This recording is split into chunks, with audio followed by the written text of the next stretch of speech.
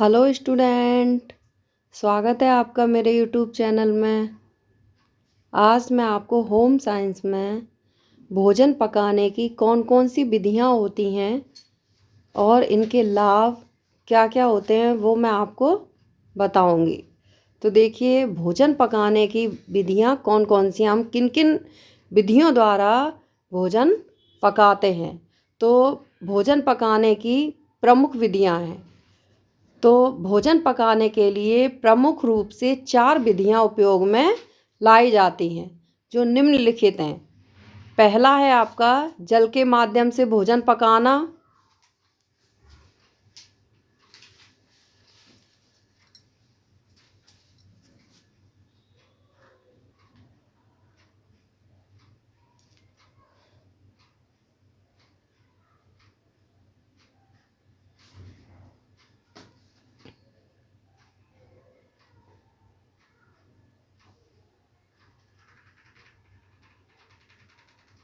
जल के माध्यम से भोजन पकाना। तो देखिए, इसमें जल के माध्यम से भोजन को पकाना, तो जो जल के माध्यम से हम भोजन पकाते हैं, इस विधि में भोजन की 3 विधियां पाई जाती हैं। कौन कौन सी हैं? पहली है आपकी उबालना, बॉयलिंग। दूसरी है आपकी खदकाना, सिमरिंग। तीसरी है आपकी स्टूडिंग। तो उबालना, जो पहली विधि है आपकी उबालना, इस विधि में भोजन पूर्णतया पानी से घिरा रहता है और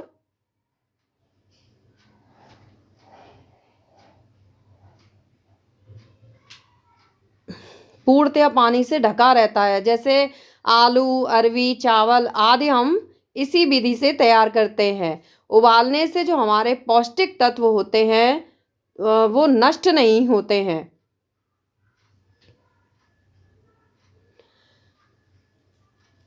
नेक्स्ट विधि है हमारी खदकाना।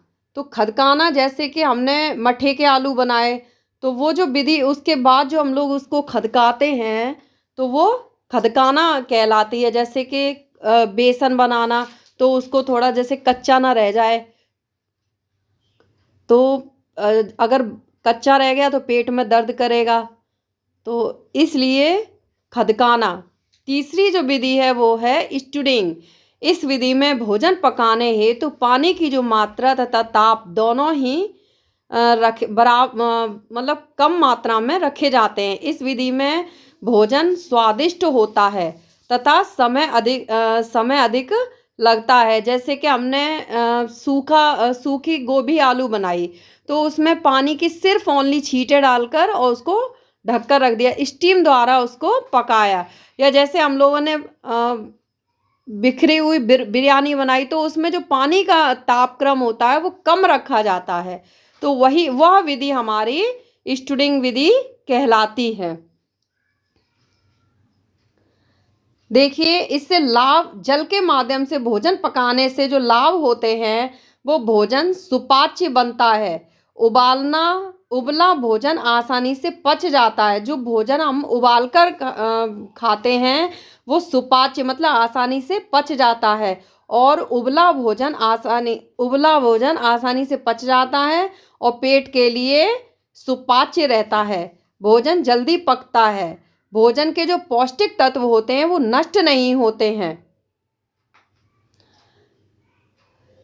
यह पाक विधि कम खर्चीली तथा साधारण है। अब देखिए, इससे हानियां। जल के माध्यम से भोजन पकाने से निम्नलिखित हानियां भी होती हैं। खदकाने तथा स्टूडिंग में भोजन पकाने में अधिक समय लगता है।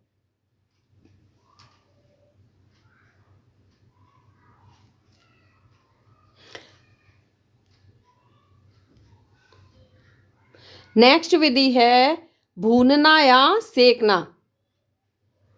भूनना या सेकना, इसमें भी भोजन की जो 3 विधियां हैं, जो मतलब भूनना या सेकना। देखिए, पहली विधि है हमारी भूनना या सेकना। दूसरी है पात्र में भूनना। तीसरी है तंदूर में भूनना। तो भूनना या सेकना, रोस्टिंग, इस विधि में आग व भोज्य पदार्थ के मध्य संबंध होता है। रोटी बनाने में यही विधि अपनाई जाती है, जैसे कि भाड़ में मटर, चना, लाई आदि को भूनना, या मांस, मुर्गा आदि, जैसे आपने देखा होगा सलाइयों पर मुर्गे जो मीट का जो पीस होता है उसको लगाकर उसमें भूनते हैं, या जो बाटी हम लोग बनाते हैं वो भी हवा के माध्यम से सेकते हैं, मतलब ये हवा के माध्यम द्वारा भूनना होता है। अब देखिए पात्र में भूनने की इस विधि में भोज्य पदार्थ को बर्तन में डालकर आग पर रखा जाता है। आग बर्तन को गर्म कर देती है तथा बर्तन की उसमें रखे खाद्य पदार्थ को भूनती है। दलिया तथा सूजी इसी विधि से भूने जाते हैं। नेक्स्ट है आपका तंदूर में भूनना।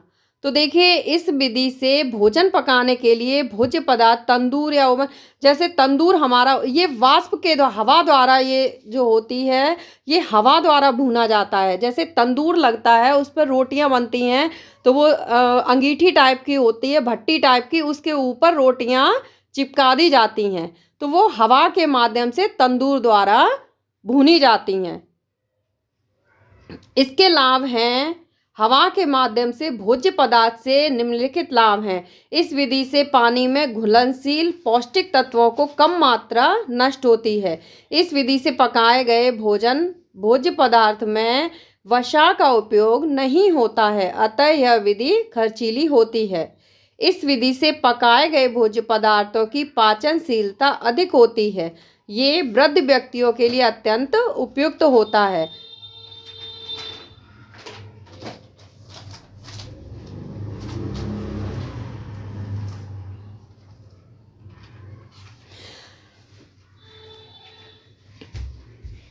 नेक्स्ट है हमारा चिकनाई के द्वारा माध्यम से भोज्य पदार्थ को पकाना।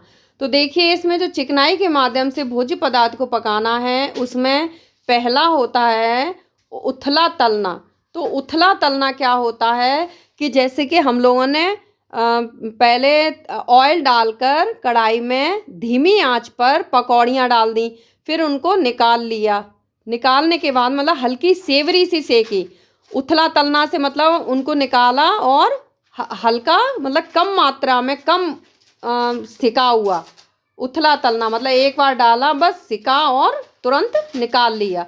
और गहरा तलना क्या होता है, डीप फ्राई करना। जैसे कि हमने वो पकौड़ियों को उथला तला निकाल लिया, फिर उसके बाद सेकंड शिफ्ट में उसको डीप फ्राई कर दिया जिससे कि वो और क्रिस्पी और करारी हो जाए। और तीसरा है हमारा शुष्क तलना। तो तलने की इस विधि के माध्यम से मतलब बहुत ही कम चिकनाई से, जैसे हमें मूंगफली के दाने ऑयलिंग करने हैं तो जरा सा तेल डालकर जला सी ऑयलिंग कर उसको रोस्ट कर दिया, भून दिया, तल दिया, मतलब बहुत ही कम शुष्क चिकनाई में उसको। जैसे पराठा हम लोगों को बहुत ही कम चिकनाई का, तो बस जरा सा ऑयल डाल के उसको सेक दिया, तो ये हमारा शुष्क तलना कहलाता है। तो देखिए आपने किन किन विधियों से जल के माध्यम से, वाष्प के माध्यम से और चिकनाई के माध्यम से भोजन को पकाना सीखा है। नेक्स्ट वीडियो में मैं आपको और होम साइंस से संबंधित प्रश्नों को बताऊंगी। प्लीज़ मेरे चैनल को लाइक कीजिए, सब्सक्राइब कीजिए, सपोर्ट कीजिए। Thank you.